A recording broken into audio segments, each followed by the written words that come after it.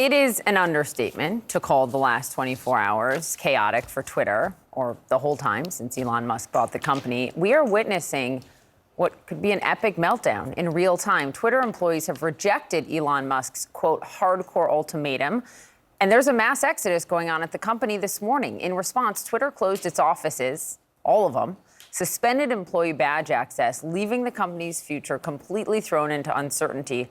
And take a look at this. This is the company headquarters in San Francisco. Last night, someone took it upon themselves to troll the mogul with a number of projected messages such as bankruptcy baby and, quote, worthless billionaire. Joining us now, Sarah Fisher, CNN media analyst and Axios media reporter. I mean, like, you can sort of laugh at the jokes of throwing that up on the building, but the reality is these are thousands of people's livelihoods. 3,700 have already been let go. What happens to the rest? And a medium that is imperfect, but that many people rely on for a lot of important news. And outside of the United States, especially, where freedom of the press and freedom of speech isn't a given, people all around the world have been relying on Twitter for the past decade plus to be able to call out, autocratic regimes or times when they're trying to fight for democracy. That could be over if Twitter shuts down. And as of this morning, what we're hearing from sources inside Twitter is that the people responsible for keeping this app alive, the developers that are making sure you can sign into the app, you can address problems, they're gone. I was just going to say, now what? So then what happens now? Because I'm sure people are checking their Twitter to see if it's even up and running. Yes, and the most concerning part is if you log out of Twitter, sometimes it might be hard to get back in Twitter because two-factor authentication, the people and teams running that are no longer there, a lot of them. So what happens next? Now, Elon Musk says he's not worried. He says all the best people who are there remain. But sources inside Twitter tell me we should be worried. The critical response teams that manage both the back-end code and the front-end code have been completely gutted. All of trust and safety teams, people that are monitoring misinformation, disinformation, they are completely gutted.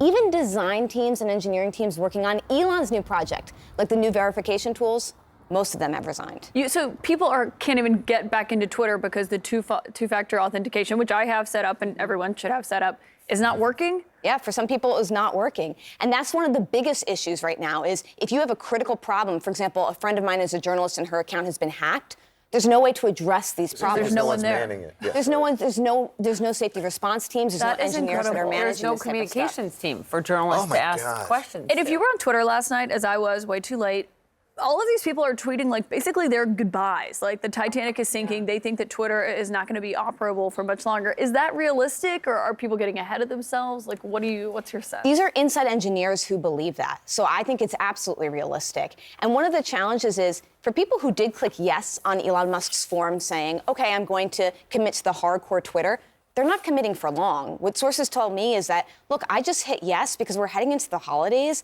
and I still need health insurance and I still need to make sure I can have a job. There's no even guarantee about these severance payments. People aren't getting emails from any sort of HR department explaining what's going on. But I'm confused because I wonder what you think is, he sent that email saying, say yes or no if you're committing to hardcore work, and then he closed the offices. Yes, and also there was no. There was just a yes.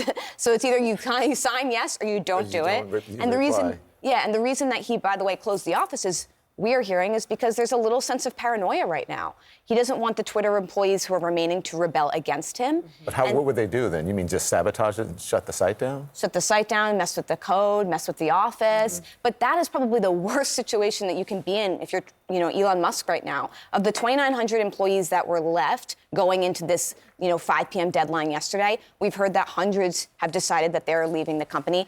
Many have tweeted publicly that they're leaving the company with the emoji salute sign, which has sort of been the sign for I'm leaving Twitter after many years. And so it just looks like chaos from here. I just keep thinking about the fact, guys, that this was when you're a public company, you have more checks, right? And you have a board of advisors, and the board can oust an ineffective leader. And that's all gone.